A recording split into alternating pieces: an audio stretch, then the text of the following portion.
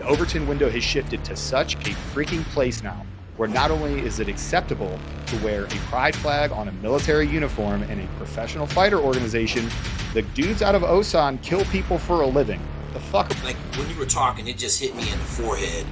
Like, I go back to Budweiser, right? Putting the she-mail on a can, right? There were... What word do I gotta use? Transvestite? No, you can just say he's a guy. That's true. Man, read the room, everybody. How has Pride Month gone the last 6 months? Was the drag show at Nellis Air Force Base getting, publicized and then turned off when we found out about it? Was that not enough last year? Was it not enough the year before for all of these things to take our attention away, to take our real time, our real money, our real effort to fix? Here we go, folks. Do dumb shit, win dumb prizes. Let me tell you something. This 2024, you post some shit on the internet and it's absolutely out of this world stupid, it's going viral, and you can't put the genie back in the bottle. Know about as well, too. Okay, I know there's a lot of hazing incidents in the Marine Corps back in the day, and we thought we'd gotten rid of so many things, but it didn't matter your race, color, creed, preference, any of that. It's just you made it into 2nd Squad, 2nd Platoon of wherever, and you're not good enough unless you go through our shit right now. Like, what? And every single comment was, wow, we're about to get into a war. Boy, this sure isn't very diverse. I sure don't see many LGBTQ flags. There's a whole bunch of Midwestern white and African American dudes on the back of this plane. We're not talking about diversity. We're talking about war fighting. And the Army went right back to, who we need to recruit? People that we've always recruited and stay away from these social issues. Came out, I knew he was gay in the SEAL teams. No one gave a shit. Okay? Do your job, be a good dude. Don't grab no dicks in the shower. No one cares. When you see the United States Navy, a DoD asset, post something like this, and then their reaction is to go, oh no, we're going to take it down because it caused such of a backlash, that tells me, number one, that the very thing we're talking about is too volatile for you to be weighing in on. We have this duty as a military, this functional imperative to safeguard national security, but we also have to come up against society because we are drawn from society, and any armed force, any military that is serving in a democracy must be a reflection of the society it serves. I think it's looking for an identity. The military is always going to be downstream from society writ large. The cultural issues that are affecting society writ large are going to affect the military. Where we're going into really is something called othering, where we're having these dynamics, these processes, these mechanisms that actually separate people. But I think it trickles all the way down into our personal lives as well, too. That to first be a really good leader, you have to be able to lead yourself. So I gave dude a hug, right, dressed in a dress and shit. I said, dude, you gotta stop lifting weights. You feel like a fucking dude. He's like, well, I'm a lesbian. And I was like, well, man, Chris, how does that fucking work? You a dude and you're a lesbian now. Well, I'm a woman. I identify as a woman, so that I like women, so that means I'm a lesbian. In 5 seconds of the conversation, I'm like, this motherfucker don't know who he is.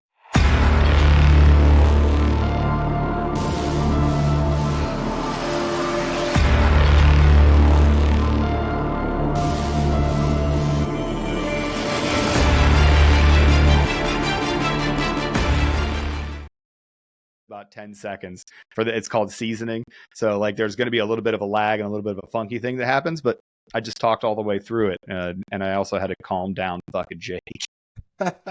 What's going on, folks? Welcome back to the War Room. The intent behind this segment is to entertain, educate, and leave you guys better than you were when you clicked on this video. All right, my name is Jay, retired Army Green Beret, spent 20 years over at 3rd Group running and gunning, and I wanted to get with these fellas right here to put something together to hopefully change society, right? With all that said, Jake, if you don't mind, let the folks know who you are, and then the rest of the panel, please do the same. I'm Jake Swigman. We're mentoring the world's greatest. We're waiting here sitting. Got 4 cats going to Harvard Medical School. Huge. Do a ton with the military, mentoring special operations guys, regular officers, all of that. We're just trying to build champions for life. Ben? Hey everybody, Ben Pappas here. Retired Marine. I do strategy right now and also do executive performance coaching, leadership and team development, and I'm ready to rock and roll today. Hey Aaron, Yeah, what's up, man? I can't believe Ben left out Square Jawed Freedom Fighter for his little intro there, because he is, hey, Aaron, retired PJ. I'm just here to have fun. You're not here for a long time. You're here for a good time, and I'm going to bring that fire to it. So welcome back, everybody. That's awesome. I appreciate the intro, fellas. I tell you what, Ben, you just look like a reader to me. So before we jump into our first topic, this is a question that I ask a lot of my folks that I interview. Last book you read, and what was it about? You just look like you read books just for the hell of it. Oh gosh. So I'm currently reading something from the Harvard Business Review on executive teams and also building powerful cultures. I'm kind of reading 3 books at the same time. I'm reading the latest book by Gary Vee as well too in social media marketing. So I kind of, once I went to school, I just kept that kind of habit of reading multiple things at the same time. So I'll read 10, 20 pages of each book at a time. And yeah, so taking away, I think leadership is an ever evolving thing. That's one thing. I think it's a perishable skill. And so that's why with what I do in my business, I always try to stay on the forefront of what the latest, greatest leadership strategies are for executive boards and executive decision makers.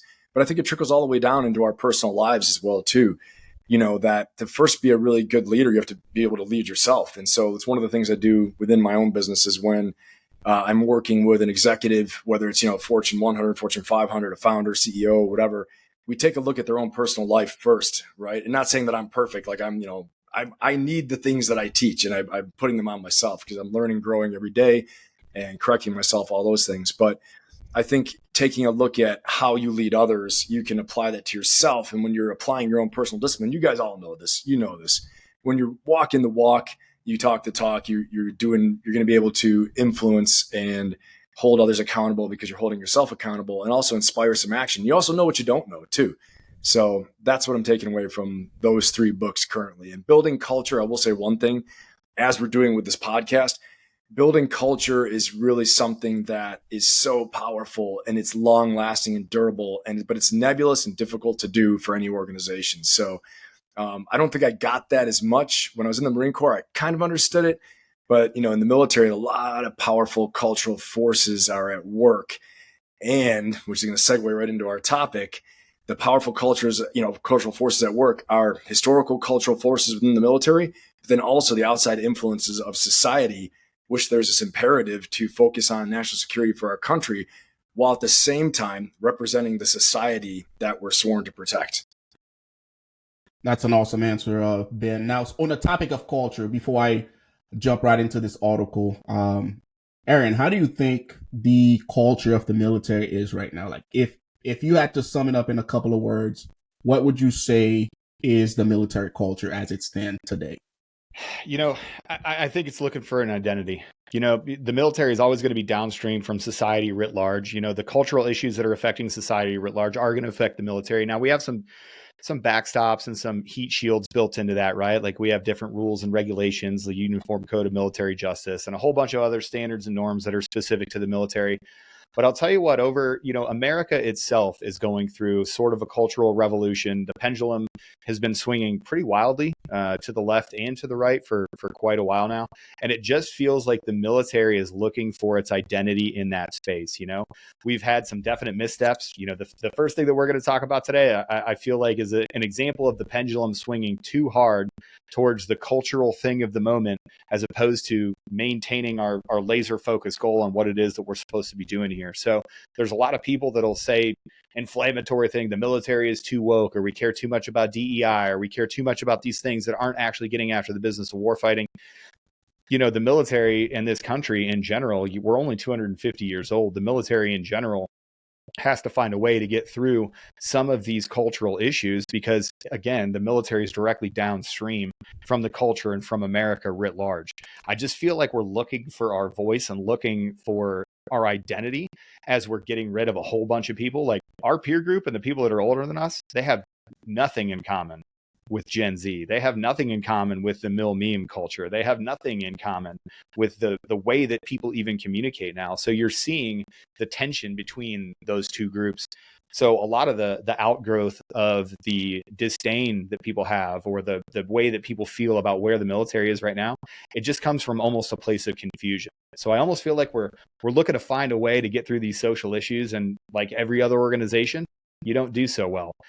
The only problem is that there are dire consequences for this nation and for the future of our freedom if we don't figure it out. So there's always that lurking in the background.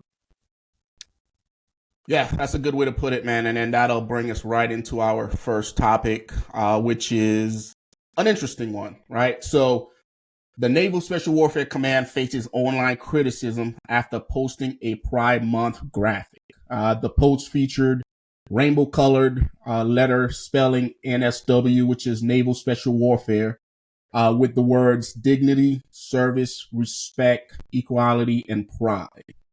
So the post itself gained a lot more attention than the Navy was expected, right? It got picked up by some anti-right-wing LGBT accounters from TikToks, and then pretty much took off, right? And the Navy caught this and they took it down immediately, all right? So majority of the folks that were commenting were accusing the Navy SEAL community of going woke, right? Saying that the Navy has betrayed its former members, all right? So that's one topic within itself.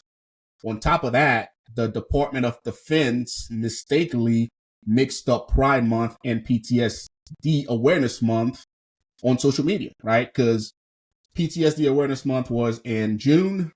They mistakenly said it was Pride Month, right? So that was an issue within itself, right? The Pentagon then posted a statement saying, hey, we messed up. PTSD Awareness Month is in June, not Pride Month, right? So that's another mix-up. So as we're looking at these two mishaps, what are you guys' thoughts on, one, the post that the Navy SEAL community made, and then two, the mix-up of PTSD Awareness Month with Pride Month? Jake, if you don't mind jumping right on this one, because you are our resident Navy SEAL. Here we go, folks. Do dumb shit, win dumb prizes. Let me tell you something. This 2024, you post some shit on the internet and it's absolutely out of this world stupid, it's going viral, and you can't put the genie back in the bottle. Okay? Just can't do it. So here's my take on this, and I got a little deepness on this one. Okay? So we talking about Pride Month, we talking about all this garbage. Y'all know my feelings on the history months. We shouldn't have no history, no black history, no fucking pride history. It should just be one day, like June 27th is Martin Luther King Day. Like, we should have 365 days. I talked about it last time. That's just my theory. I think all this shit is done to divide the country. That's all it's done. Like, let's drive a wedge in the country. But here's my deal in NSW. Haven't been in the community for 4 years, okay? There was 2 gay guys at my team. 100%. One of them finally came out, right? He's kind of out there in the media, came out. I knew he was gay in the SEAL teams. No one gave a shit, okay? Like, do your job, be a good dude. You know, don't grab no dicks in the shower. No one cares, okay? So we sitting there and not a big deal. No one cared, right? We didn't have no trannies as far as I know in the teams, but, you know, I'm sure there was a couple dudes in there floating them boats. No one cares, all right? But when you hijack the main page and put up some big ass rainbow flags and get accused of woke, I go back to all of my young kids right now, you know, the 17, 16-year-olds that are looking for some purpose in the military. They want to carry a gun and go kill bad guys. I'm hearing it more and more like, hey, man, is the military woke? Like, am I going to go into a woke military? Am I going to have to deal with this stuff in the military? Nobody want to deal with that shit in the Army, in the Navy. Like, they don't want to deal with that, you know? Like, that's not the purpose. We're supposed to be war fighters. So I'm gonna end with this little deal that I got, because this one was crazy.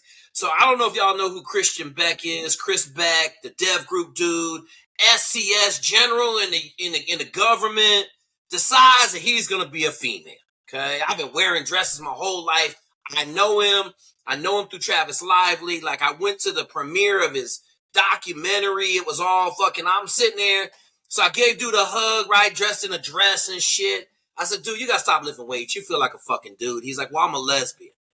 And I was like, well, man, Chris, how does that fucking work? You a dude and you're a lesbian now. Well, I'm a woman. I identify as a woman, so that I like women, so that means I'm a lesbian. Like, in 5 seconds of the conversation, I'm like, this motherfucker don't know who he is. Okay? So We go through the whole night. I'm just like, this dude's fucking crazy on all sorts of hormones, grew titties and shit. I'm like, man, fucking live your life, bruh. You know, do you? It ain't me. Live your life. So then he got upset that he got thrown out of the community, right? Dev group, everybody threw him out of the community, getting a whole lot of backlash, okay? So this was 2014, all this shit went down. Fast forward to a year ago, he said he's back to being a fucking man. The whole being a female was he got hijacked by the LGBT community and they took over his identity and made him go female. I said, well, yeah, he need to go sit in a psych room, right? Like, you know, because I was asking him if he's going to get his dick cut off. He was like, oh, no, I'm not doing that. But my point is, here's a dude that was a Dev Group SEAL, SCS in the government, grown-ass man, and he can't figure out what he wants to do. So now we're talking about, like, LGBT. We're going to go support the community, and that's what I got as a role model? That's a bad plan. That's a bad plan with the military. That's a bad plan with life. You know, he's setting a bad example for young kids. We got a whole bunch of kids. I got another buddy that got a kid that at 16 went through the transformation to be a man. I just think that's a bad look on America, right? We empowering too much dumb shit in America, and I just think it's all stupid. It's leading us down a bad path, like Aaron was saying. Like, we're looking for an identity right now, and everybody's grabbing through social media for these dumbass identities. If you're fucking gay, be gay. That's fine. I don't have a problem with it. Just don't be sitting there trying to make more gay people or more transvestite people or more fucking she-males. You know what I'm saying? Like, you do you, but don't be out here recruiting for the whole shit. And I feel like when you put a post up on social media for the NSW, you're trying to recruit. And that's a bad look on the Navy and the military, and the post was fucking stupid in the first place. Like, you know, this whole DEI, I'm fucking black, I say it, fuck DEI, it's stupid. All it does is make more people upset because you looking for quotas and I'm looking for badasses. All I care about is qualified. And that's the other part of it, like, oh, we got more DEI. No one care about no fucking DEI. DEI is stupid. I'm going to put a black person in a role because they're black. That's the biggest losing formula in the history of fucking mankind right there. I'm going to put a female in a role because she's a female. That's a losing, like Ben will say, you can't build teams that way. You got all this animosity and you got fucking losers in charge. That's catastrophe waiting to happen. So that's where I think we headed. Dumbass post, NSW, y'all fucked up. Tell that E5 he not allowed to post no more. All right, so a couple things just come to mind. I know I'm jumping in here, but number one, I think the way we build trust in life is through character and competence. Okay, so I can trust you if you're a person of character, a person of your word. You're going to make team-based decisions first. You're going to make mission-based decisions first, and you're capable and competent to do so. I can trust you with my life. I can trust you with my money, so on and so forth. I think the fact that, just, talking more broadly, people want to join the military in an all volunteer service. They're not being press ganged or drafted and serving in the capacity that certain individuals do, especially in the special operations community. I think these are all good things. So now we're going to get to the post in a minute and get to just, the nuances of that. But I want to say that where we're going into really is something called othering, where we're having these dynamics, these processes and these mechanisms that actually separate people. So as Jake was saying, without having the months and things like that, and I'm not one to judge if we need to promote another group so much in society. There are other people that know more about that than I do, but just my own opinion that in some ways we're marginalizing people more when we do that. So because sometimes you'll hear from specific subsets and communities that they don't want these things, such as like Women's Veterans Day. I've heard some women combat veterans just say that they feel it marginalizes them. Okay, and they're obviously two sides of the coin every time. But I do want to say that, especially people that are choosing to serve our country, this is a good thing. That's not a problem. People that are choosing to be good tax-paying citizens of our country, that's a good thing as well too, if they can carry on with the mission, that a mission of our country and securing our borders and securing our freedom and our constitutional rights and all those things. So now going into this post itself, I think, again, othering comes to mind, first of all. And then second of all, I just believe that we're hitting this point right now more broadly, as I spoke about in the very beginning, that, we have this duty as a military, this functional imperative to safeguard national security, but we also have to come up against society, because we are drawn from society, and any armed force, any military that is serving in a democracy must be a reflection of the society it serves. Okay. And this is just something it can't truly serve unless it's a reflection of the society it serves.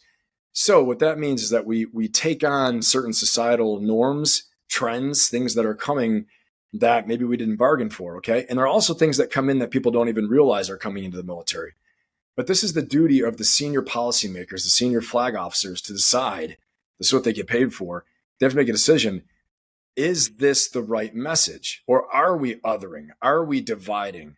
Are we sending the wrong message? Because I've got to imagine that a lot of people of any race, color, creed, preference come into the military in order to serve, in order to have unity, have team, to have all the things that military esprit de corps brings with it.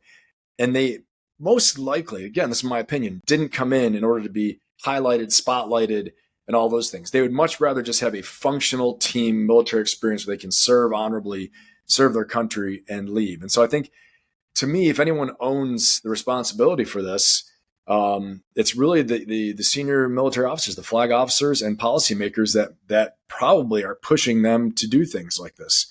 And so we have to think, is this making us more functional and as a military? Can we fulfill our mission better or worse because of this? Okay. If it's neither, then we have to think of why are we even doing it? What's the point? There are intangible morale issues we have to deal with. But again, I'll quote Senator John McCain here. It's the fundamental principle that armed service can truly serve a democracy only if they are a reflection of that society or impacted by the same social trends. But again, the responsibility falls with the flag officers to make those decisions. And it's not an easy decision to make because you're getting pressure from above. For sure, there are political forces at work giving them pressure. But I'd like to take a poll and see from the actual service members, again, whatever their preference is, whatever they identify as, I don't really care personally. Task, purpose, standard. Can you do the job? Did you qualify? Did you pass selection and assessment? Are you ready to carry out the mission that you're assigned? But I'd like to get their opinion and say, what's the feedback on this? Do you really want this? Do you need it?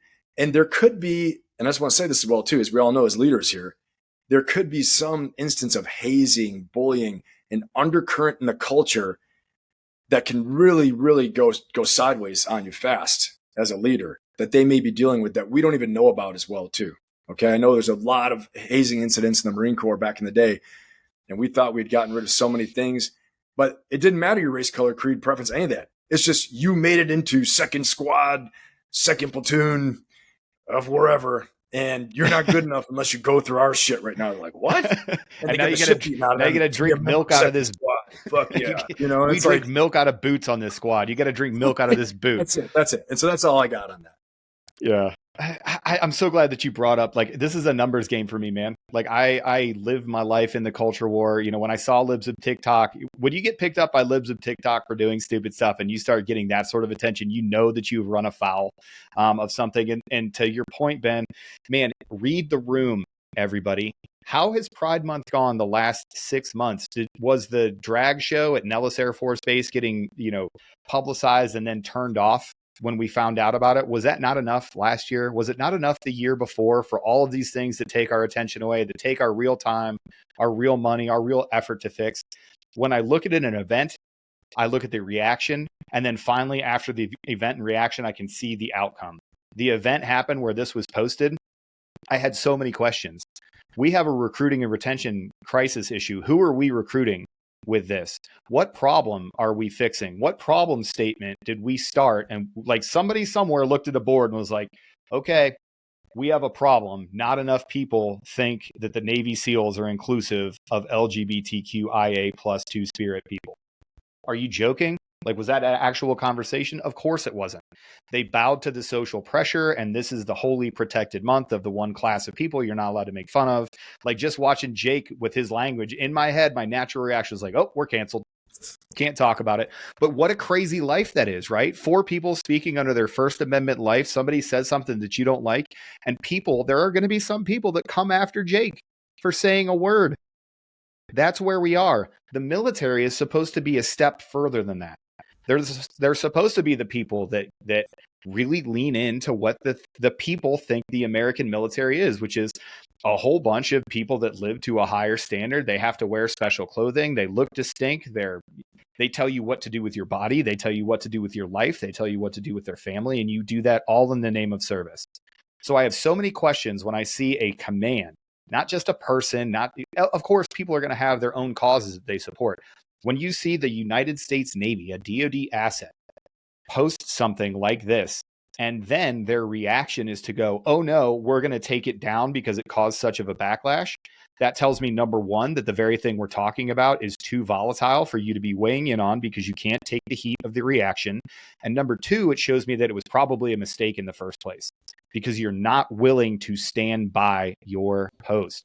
If the Navy decided to take this post down, really the question is like, okay, so do you support LGBTQ or not?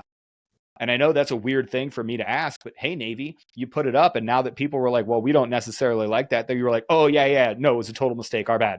It's actually PTSD Awareness Month. Like, wow, that doesn't seem like moral courage. That doesn't seem like clear leadership. That doesn't seem like that came out of a plan. That didn't come out of a branding strategy. You don't care about that community. You wanted to pander to a social issue. You got caught doing it with your pants down, and then you had to back away from it and apologize. That's a bad move. That's not a good branding move. That's not a good business move. And it's certainly not the job of a fucking warfighter, which is what you're supposed to be. So we've sort of lost the thread on all of this stuff. So you want to put your support out there for the LGBTQ community. You think that we're losing out on recruitment. You think that we're having real problems. Well, then call your shot, stick to it, be morally courageous, and see it through to the end. When you get caught and when you take something down, it validates every bit of the criticism. When Libs of TikTok puts you out there and says, oh, the Navy SEALs are fucking woke. And then everybody's like, yeah, you know what? They are woke. And that is bullshit. And that isn't what we do. And the Navy goes, oh, okay, cool. Did you not talk to the teams? Did you not read the room? Are you so incompetent that I can't trust you in your messaging? I don't give a shit about what the social issue is. I mean, I do. I have my personal feelings on it. But my problem with this is it's yet another time. This is why American trust in institutions, to include the military, is an all-time low. Because they put this out there, they thought they were going to be this LGBTQ ally, and oh, even SEALs love gay people. Well, no, some of them don't. Some of them don't like that lifestyle. Some of them don't want you essentially telling everyone what your sexual orientation is all of the time. I don't need it as part of my day inside of the military, and I didn't on the teams. The fact that nobody could read this room and nobody could do their due diligence, it doesn't just make me angry at the social issue, because it does in part. It makes me question leadership and their ability to lead, because this is obviously the wrong thing to do. And now they're not apologizing for it either, because they're in a Kobayashi Maru. There's no win. What do? Do you go back and you say, hey, LGBTQ community, sorry, everybody, turns out everybody that we sent this out to hated it so much we had to take it down. It doesn't mean we don't support you. It just means that it sort of looks like we made a mistake. And then you have to go to your service members and go, hey, this is against your morals, your ethics, your values, the things that we hold dear. And we messed this up, but we really did. We have to make it seem like we really support those guys. Like, what are they going to do? But it just degrades the trust in the entire thing. And, Ben, great bringing up the actual nuanced point of, hey, man, where did this decision come from? What problem is it fixing? What are we doing? Is it worth our time? It's a simple risk-benefit analysis. How much effort are we using? What's the return on this investment that we're looking to get? What exactly did we mean to do by that? We don't do things without effects. If you go into a process that does not have a guidance, an end state, an intent, then what are you doing? You're just doing things. We don't do that. I think that's probably my biggest issue with it. Aaron, I just wanted to add, man, when you were talking, it just hit me in the forehead. I go back to Budweiser, right? Putting the she-male on a can, right? There were... What word do I got to use? Transvestite? Tranny? No, you can just say he's a guy. That's true. Dylan Mulvaney is a man. So it's a man. Budweiser put a guy dressed as a girl on a can of Budweiser. That's correct. And instantly lost 50% of their sales in about 3 weeks. Good. And my thing was, people got fired. Head of Good. marketing got fired. The lady that had the campaign got fired. But this is what we're talking about, unable to read the room. They had a 2-year plan to use her or him across the whole spectrum of the Budweiser campaign. Right. Blue collar, college kids drinking beer. And it's like you're saying, but like in my thing, I'm always calling for heads. I'm like, you do some dumb shit, you don't stand behind it on social media. As you're saying, Kobayashi is a fucking double-edged sword. You can't win. Yeah, I will. You I will take give credit. it down, you lose. You leave it up, you lose. And so it's like, yeah. I'll give credit to the Army, although I mean, and you're never going to do anything right in the social media space, so they got blasted for this too. But right when stuff was really starting to heat up with Russia, Ukraine, and people were talking about a draft again, the Army put out a recruiting video, and I'll tell you what, like I remember a couple years ago with a little animated "My Two Moms" recruiting video thing that they put out, and everybody freaked out over it, right? And yada yada. The Army puts out this video. And they had to turn the comments off. It was a bunch of dudes jumping out of a 47. It was like, we volunteer. It was really cool. See people in their T11 heavies dropping out of a 46 over fire drop zone. Look great, right? And every single comment was, wow, we're about to get into a war. Boy, this sure isn't very diverse. I sure don't see many LGBTQ flags. There's a whole bunch of like Midwestern white and African-American dudes on the back of this plane. Like, we're not talking about diversity. We're talking about war fighting. And the Army went right back to, who we need to recruit? People that we've always recruited and stay away from these social issues. Now, the Army got their ass handed to him because everybody was like, oh, wow, can't help but notice that, when you need infantrymen, you went 100% opposite of what diversity looks like. However, at least you guys are figuring it out. So I'll give credit to the Army for that commercial. But Jake, I think you're exactly right, man. Like you saw what has happened to Target. You've seen the backlash for the last 4 things, and still you decided to wade into this cultural issue for whatever reason. I just don't understand. Now, the post is also bringing a lot of heat to the NSW community because it was literally a day after the 80th celebration of D-Day, right? Which fired up a whole different generation, right? So they're like, what the fuck? So this one's for you, Ben, and we can circle the wagon because I'm very curious to what an officer is going to say to this. If Jake's an officer. Well, you're higher ranking than he is, though. Oh, I knew it was coming too. As soon as you threw that O word out, he was like, dog, Jake is already fucking buried. Jake has got an 18-foot hole over here. Don't you put me in there. He's like, he's officer too. So if, in you guys' opinion, if don't ask, don't tell doesn't get lifted, do we have this problem that we're currently dealing with right now? Wait, ask the question again one more time. If the don't ask, don't tell policy is not lifted, do we have this problem that we're having right now within the military community? Okay, so right now, let me just make sure I understand the context for the question. Right now, there is don't ask, don't tell, right? Well, no, because remember when we served, there was don't ask, don't tell, where if you were a gay dude, you just kept that shit to yourself and nobody, like, you weren't walking around. Okay. Yeah, but Obama, I think it was the Obama administration changed that policy. Leave it alone. Yeah, I think they changed that policy to where you could openly be like, yeah, I'm gay as shit. You know what I mean? And throw that in people's face. But before, you couldn't do that. So right? here's what I say. Okay, I actually remember, this is scary, but how long ago it was when they sat us down in the Marine Corps, in the infantry, and briefed us on it. And, I was a second lieutenant with all my young killers, and you can only imagine everyone just sitting there looking straight ahead, shaved heads. And they're like, okay, here's what it is. Don't ask, don't tell. Sign this. And everyone's like, yes, sir. Go to the range and shoot now. And that was the end of it. So sorry, that's how the training went. But so here's my thing. Again, military effectiveness. Can you do the job? Do you want to do the job? Are you signing up for it? Don't complain. I don't really care what you see yourself as. Can you do the damn job? Character and competence. Okay, so would we have these problems though, like you're saying? I think it gets down to command enforcement of good military discipline and bearing.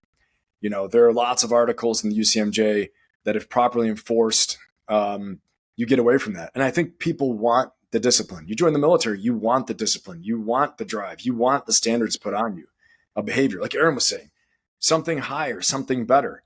They're coming in for a reason. Obviously, some people come in with the intention, and this is any type of person comes in with the intention of using that for gain later, right? And you're not going to stop that. And again, I don't really care. Can you do the job? Are you ready to do the job? Are you ready to deploy? Are you worldwide, global deployable at any time? Again, that's in our business, but that's where I come from, and I think that's up to the command. Where if you're in people's face about your sexual preferences and this and that, this is sexual harassment. This is not good military order and discipline.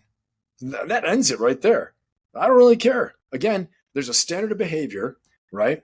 We don't talk about certain things. We don't do certain things like that. You shouldn't be in someone's face saying, what you're sexually all about. What does that have to do with your performance in your job? Now, if there's a training where everyone's talking about it, hey, great. And, there are a lot of things that have changed. Empathy is something they're really trying to teach more and more because, again, as we all know, as veterans of the long war, that, there's a lot of stuff that goes on and we need to listen. We need to take care of people and help out their mental and emotional stability and health. It makes a big difference. But again, I go back down. This is up to the command, it's up to the commanders, up to the leaders, up to the team leaders, the chiefs, everyone else to say, this behavior or what I'm doing is prejudicial to good order and discipline. And if this does not support the mission, goodbye. Okay. Yeah. You face the punishment. Reward good behavior, punish bad behavior. I don't care who it is. You got to have a standard. And I'm telling you, these people that join the military, anyone, that's what they came for. They want to be part of something bigger than themselves. And I'll go into some of my psychological success strategy stuff here. Okay. One of the core human interests, last week I talked about core national interests of physical security, is this need to serve something, be a part of something that's bigger than yourself. It will lead to satisfaction and joy and inner peace in life. Like your life matters. You can lead a life of suffering. And if you think, but you served something bigger than yourself along the way, even dying for it, your life had meaning. And if you had meaning, it was a life well lived. And so that's what people are looking for when they come in. So you can't be like, it's like your dog, the dog walking the owner. I want to go over here now. I'll go over there. No, man, this is what we do. This is where we're going. This is how it is. You joined. This is the mission. That's all I got on that. Well, I'll quote SEAC number 4, Chief Master Sergeant, SEAC, Senior Enlisted Advisors of the Joint Chiefs of Staff, Ramon Colon Lopez. He was the first Air Force guy to do it. He's the first PJ. He's a good friend of mine. I've talked to him a bunch of times. He's one of my instructors, right? He actually said something that I disagreed with when he initially said it. I was super pissed off about it, right? And then as I explored what he meant more, I have come to realize that he's much smarter than me. Go figure. And I learned a lot from him. He was talking about beards in the military because everybody likes to talk about beards, right? And somebody brought up, they tried to get him with a gotcha question. They were like, well, what about people that are, that have beards for religious reasons? And he goes, hey, listen, man, people get in the military to give up huge parts of themselves in search of the greater good. Ben, just to what you just said, he was like, there are parts of yourself that you're going to have to give up to be part of this thing.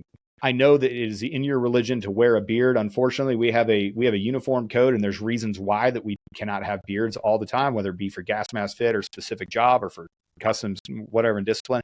And he was like, listen, if that part of your religion is so important to you that you cannot shave your beard and you feel like then don't serve, then I'm asking you not to come in. But if you do come in, I'm not going to make an exception for this. I'm not going to make an exception for that. When I first heard that, I was so resistant to it. And the more that I thought about it, the more that it applies to so many social issues. And it's actually a very nuanced, very grown up way to look at this, right? It's not when we say we don't care what you do in your bedroom. That's what we always say, right? I don't care what you do. I don't care who you marry. It's not the point. It's not that I don't care, because people hear that and then they're like, you don't agree with me. So now you think I'm bad. So now you blah, blah, blah. And the whole thing happens, right? That's not the point. It's not that I don't care. It's that I support your individual rights and I don't want to be involved in your personal life because I am subservient to a greater cause, the United States Constitution, the willingness to fight and defend this country against all enemies, foreign and domestic.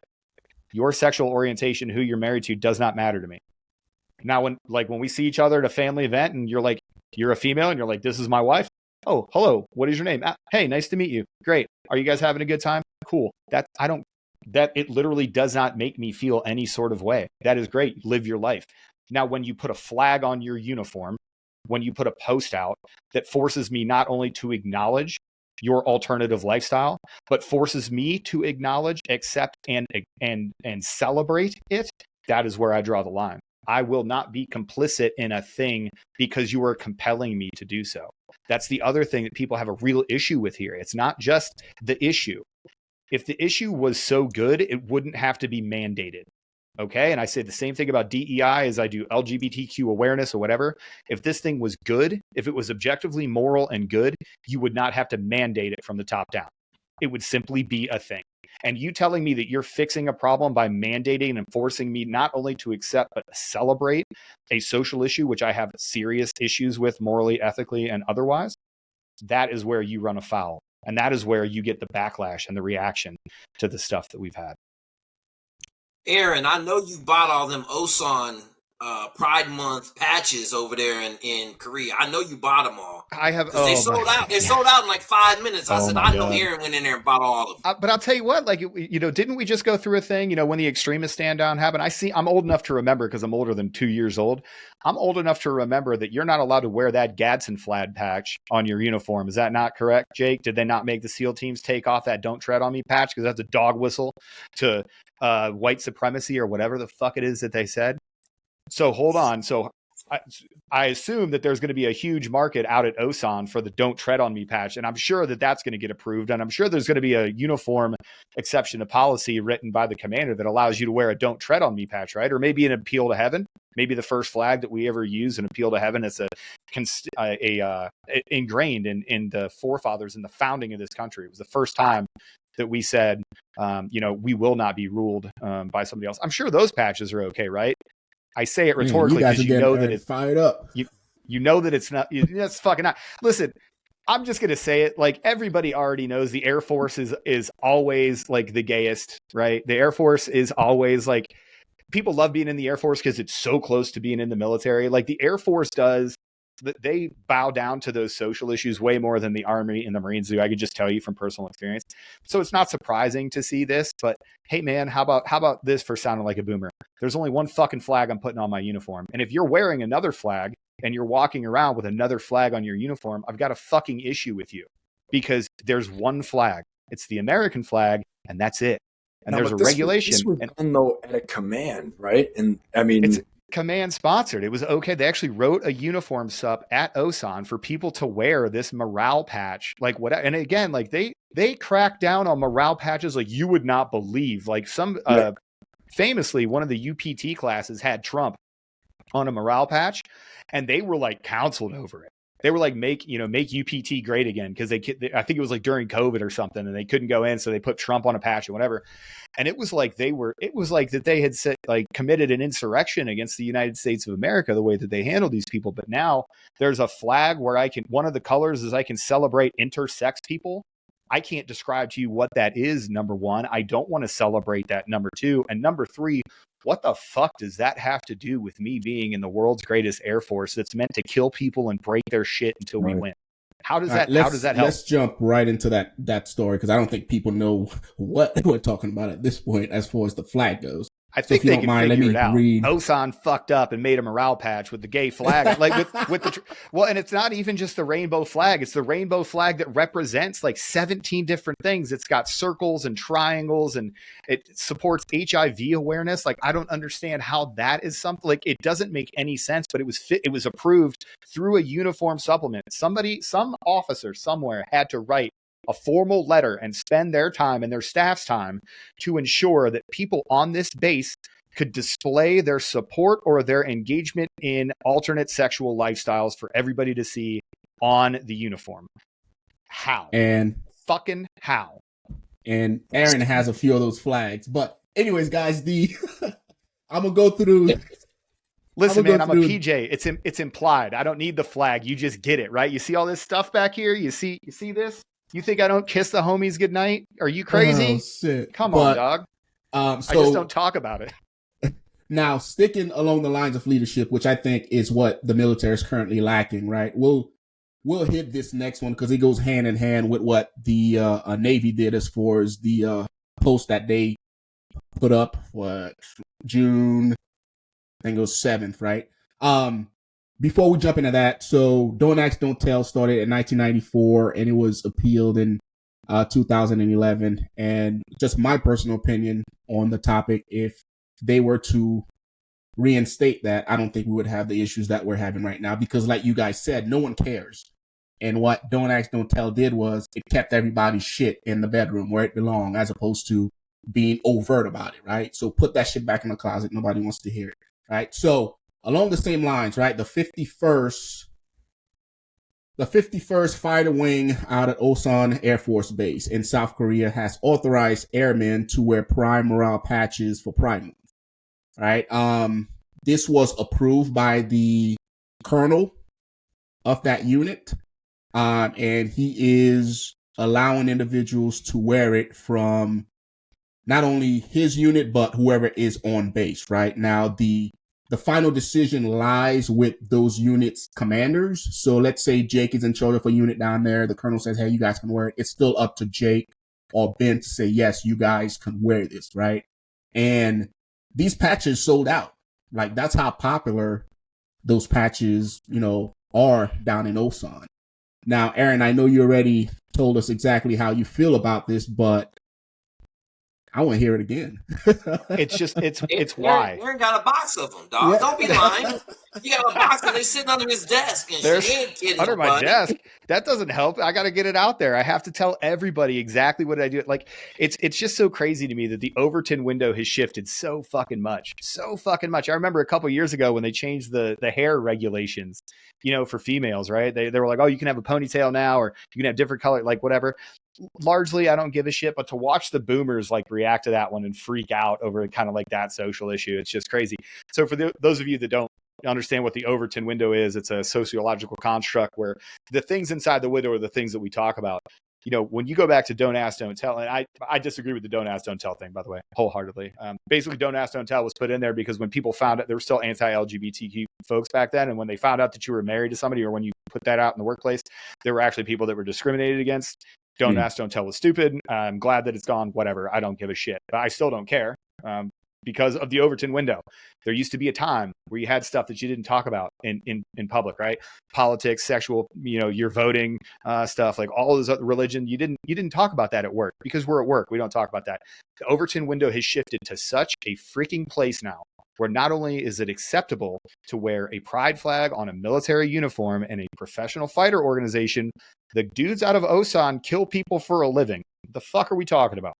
Right? Like these fighter pilots, I don't know who we're talking about. The fighter wing, everybody that works there, congratulations. You support the unaliving of humans at a massive scale, and I support it. I'm here for it. That's what you're supposed to do. How a pride flag, even a morale patch, which are stupid, right? Like the military thing, for those that aren't tracked, morale patches and morale shirts are a thing. If you have the right color shirt on underneath your uniform and you're not taking off, when you take it off, you can have a big morale shirt underneath, or sometimes your command will allow you to wear a different colored t-shirt on a different day. They call it a morale shirt because it's supposed to be cool and kitschy or whatever. It's not. It's always cringy and stupid.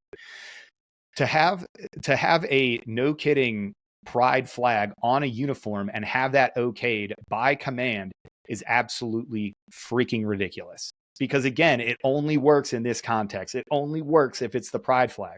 If it's any other flag, they'd be like, well, that's an ideology that speaks to. How about you put a Tea Party flag on? How about you put a MAGA patch on?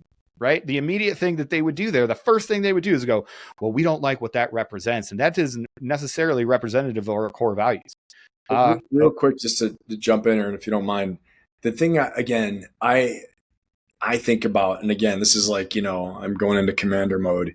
Number one, like you said, good order and discipline, culture, because culture affects performance as well too. All I'm wondering is, if we go deeper, is there something we don't know?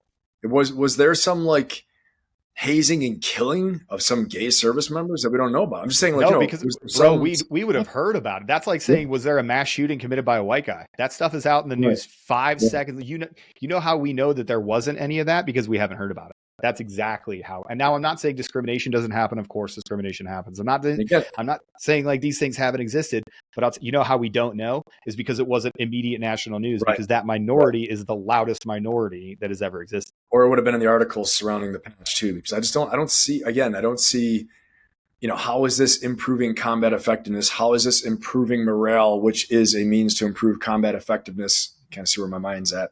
Mm-hmm. How is this helping with the brand to recruit, train, equip, prepare for fighting our nation's enemies and keeping our country safe? I don't know. And again, those are the questions I would have to ask. I know what the detriments are for sure, but what I'd like to see is in their readiness, has anything changed? Have we seen any indicators in their readiness? Have we seen anything in their combat performance, their sorties, whatever they're doing? You know what I mean? Like, I don't understand. So that's, again, to me, why was this decision made? And that would be a really good piece of investigative reporting that you, some viewer out there, can take a look and report back to us and tell us, because we don't know. Absolutely. Yeah, and we'll wrap this one up. And I just want to clarify this. So in 1993, the Clinton administration signed into law Don't Ask, Don't Tell policy, where individuals were not required to discuss their sexuality in military, military officials would not investigate. So I'm saying, like, I support that policy. I know, Aaron, you said you disagree. Yeah. We'll agree to disagree. Carlos, if you don't mind, I actually found a picture of Aaron and Jake conducting sniper operation. If you don't mind keying that photo, and then we'll wrap this one up. I'm very excited. Aaron, I'm with you. I didn't necessarily like Don't Ask, Don't Tell, because if they did figure it out, they kicked you out. You know what I'm saying? Now listen, What? this picture right here. Now, obviously, I am the one in the prone position because I got that thick boy, that thick man. Them cheeks, that cheeks. It looks like a 308. That's a big piece of glass on there too. Them cheeks got to provide the stablest shooting platform, and they got to make you feel good. You know what I'm saying?